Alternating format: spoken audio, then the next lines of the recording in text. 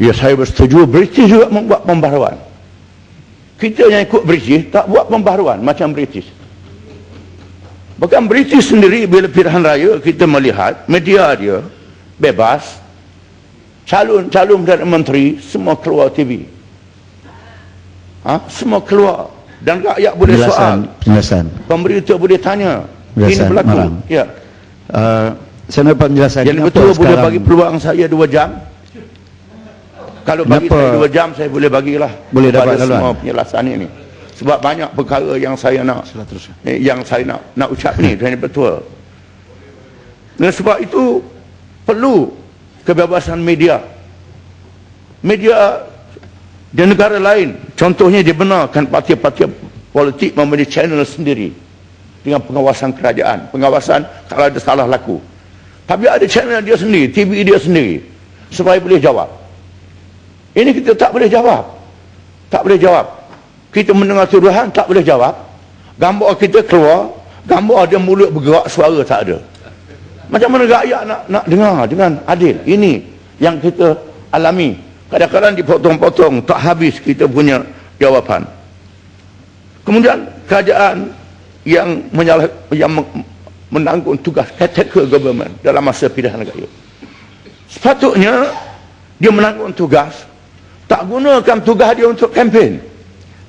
Ni guna tugas untuk kempen. Masa menanggung tugas ni guna jentera kerajaan, alat kerajaan, media kerajaan, resmi projek pecah tanah.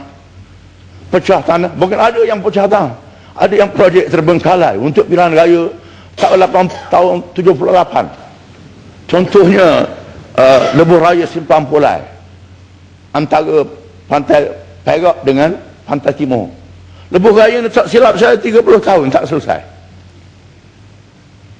Lebuh raya Jabur, pecah tanah dia pilihan raya tahun 99, sampai sekarang tak selesai lagi lebuh raya ni. Seolah-olah projek ni digunakan untuk posta pilihan raya, bukan digunakan untuk menunaikan tanggungjawab dengan sepenuhnya. Kemudian politik wang masih berleluasa dalam pilihan raya. Kalau dalam pemilihan parti, mantan Presiden UMNO Tun Mahathir yang membuat kenyataan tidak senang dengan adanya politik wang dalam pemilihan parti, dia sendiri tak menyenangkan, kita tak jamin penyakit ini tak dibawa masuk dalam pilihan raya. Sekiranya amalan ini dimasukkan dalam pilihan raya dengan politik wang, bagaimana kita nak pilih satu kerajaan yang bersih, yang adil? Oleh kerana itu saya pindah kepada SPRM saja penyataan rasuah. Kita telah mengubah nama daripada BPR kepada SPRM. Seboleh-bolehnya ubah nama, bukan ubah nama saja, mesti ubah dia punya jentera perjalanan dia, amalan dia, kuasa dia, mesti diubah supaya SPRM dapat menjalankan tugas dengan sungguh-sungguh. Perlu dibebaskan daripada belenggu untuk bertindak dengan adil dan berkesan tersendiri dalam bidang kuasa dia. Tidak ada gangguan, tak lagi di bawah jabatan Perdana Menteri. Maka pegawai dan ketangan perlu dipilih oleh dia sendiri, bukan di bawah sahaja pengetahuan awak, supaya bebas daripada bahkan bebas daripada peguam negara. Peguam negara ni tertakluk kepada peguam negara nak bawa kih ataupun tidak. Supaya SPRM ini betul-betul bebas daripada campur tangan.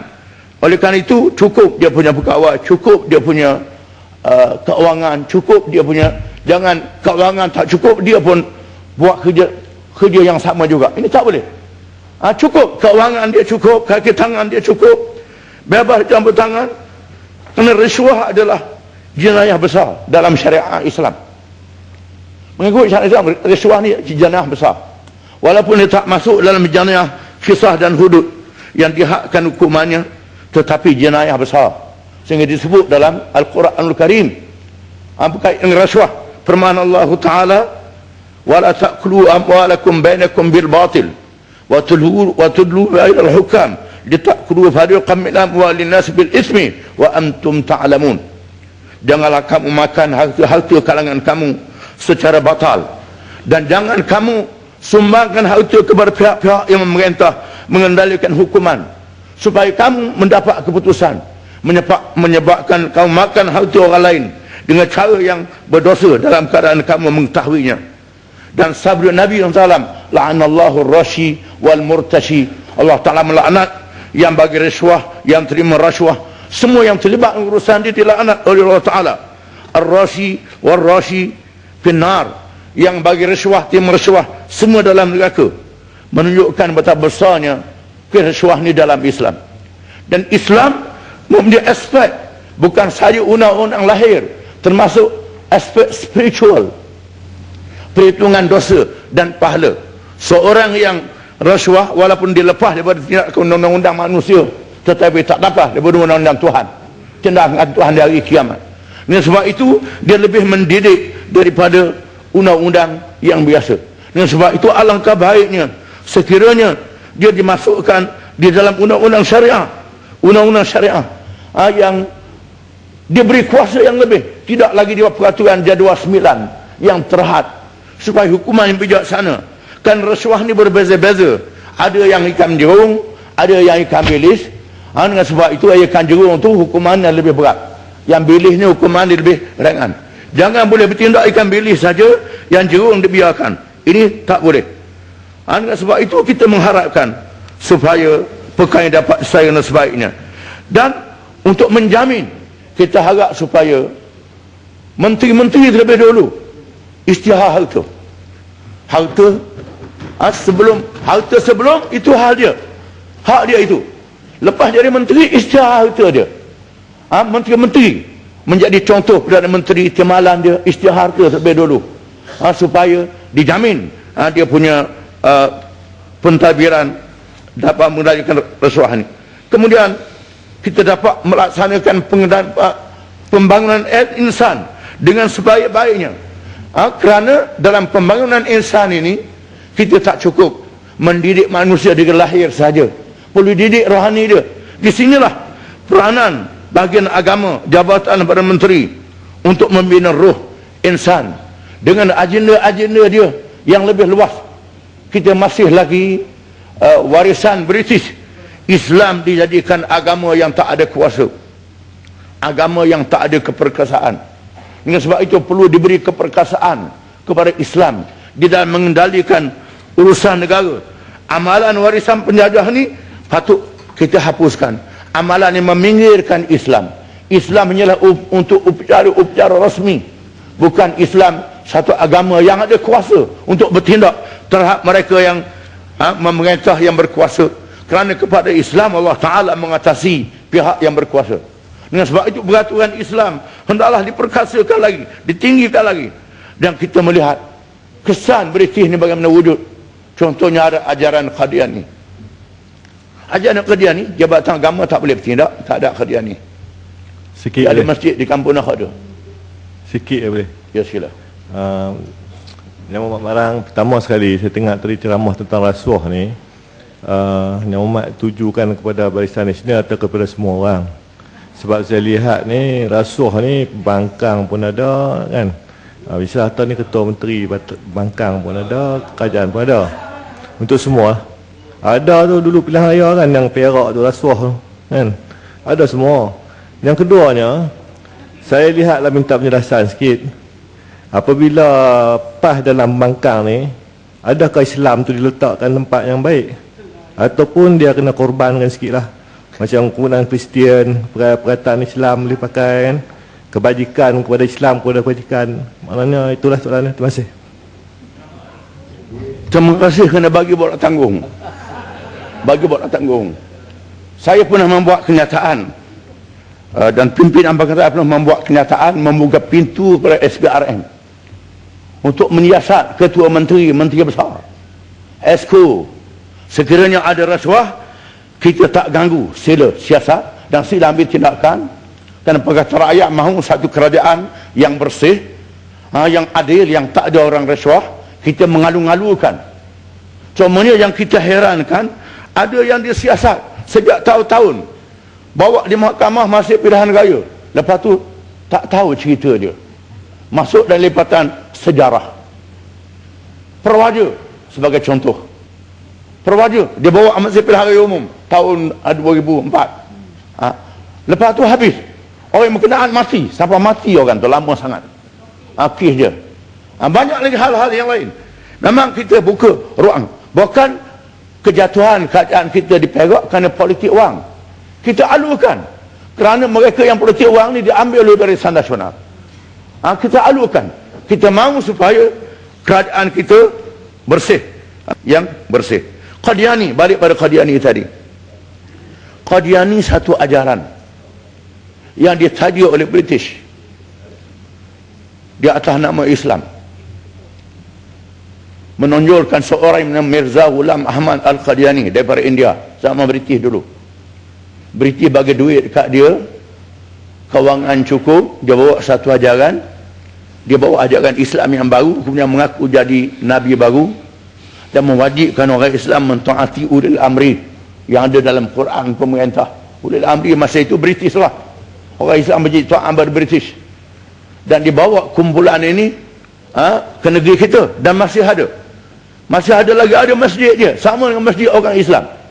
Jabat agama Selangor tak mampu nak bertindak. Letak label saja tulis, ini masjid Qadiani, tak boleh pergi. Itu saja. Nak bertindak tak boleh. Kerana apa? Kerana peruntukan perlembagaan yang tidak mengizinkan pejabat agama bertindak terhadap Qadiani. Pernah berlaku di Kedah, jabat agama Kedah mengambil tindakan terhadap seorang guru yang menyebarkan Qadiani di Kedah. Bila dibawa ke mahkamah sivil. Mahkamah membuat keputusan, jabat agama tak ada kuasa untuk hukum terhadap Qadiani. Ini sebagai satu contoh di mana belenggu yang seperti ini mesti dipecahkan supaya kedudukan agama Islam diperkasakan. Kemudian tabung haji sebagai contoh. Ini peranan nak contoh Islam yang baik. Asalnya konsep tabung haji ini konsep khidmat, akhirnya jadi konsep korporat. Korporat mengatasi khidmat, menyebabkan oleh kerana semangat korporat terlalu tinggi, maka kita menghilangkan khidmat-khidmat yang sungguh-sungguh kepada jamaah haji daripada orang Islam yang nak menunaikan haji. Maka berlakulah berbagai-bagai perkara yang sangat mendukacitakan. Contohnya saya pernah mengalami ketika pergi haji beberapa tahun yang lalu. Oleh kerana saya tak melalui tabung haji, ada orang tunggu. Nak pandu jalan, nak keluar daripada airport. Daripada tabung haji, tak. Kalau tak, dia tak layan. Pergi ke lain. Yang tabung haji saja dilayan. Pada tabung haji ini di bawah Jabatan Perdana Menteri, sepatutnya seluruh rakyat Malaysia dilayan. Begitu. Dan saya pernah mengalami orang sakit. Ini dah lama dah. Saya harap benda ini tak berulang. Ada orang sakit, perlu dia bawa, dia daripada swasta, perlu dia bawa, dia tanya tabung haji ke tidak, bukan daripada tabung haji, tak pernah layan. Terpaksa pergi dekat rombongan perubahan Thailand. Ini memalukan kita kalau hal macam ini berlaku. Saya tak maulah. Ini tanggungjawab kerajaan untuk betulkan keadaan-keadaan. 3 minit lagi Berman. 3 minit lagi. 3 minit. Dalam masa 3 minit ini saya nak sebut tentang konsep federalisme, supaya konsep federalisme diamalkan dengan baik. Pantai Timur masih tak dilayan dengan baik. Malaysia Timur masih tak dilayan dengan baik. Apalagi kalau parti lain, bukan parti yang pusat memerintah.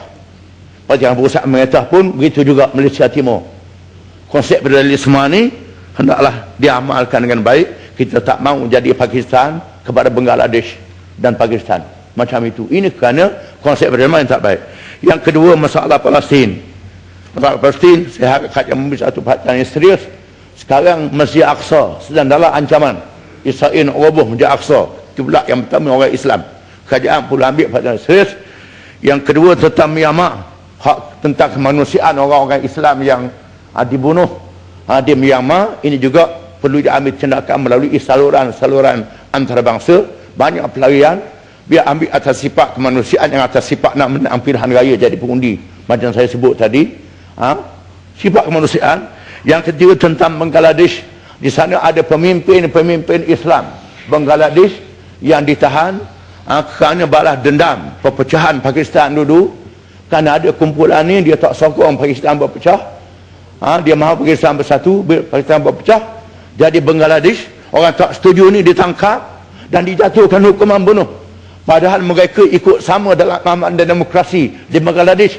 Dan kita harap kerajaan Malaysia mengambil langkah kemanusiaan yang serius dalam perkara ini. Sekian, terima kasih Datuk Yang Pertua. Terima kasih.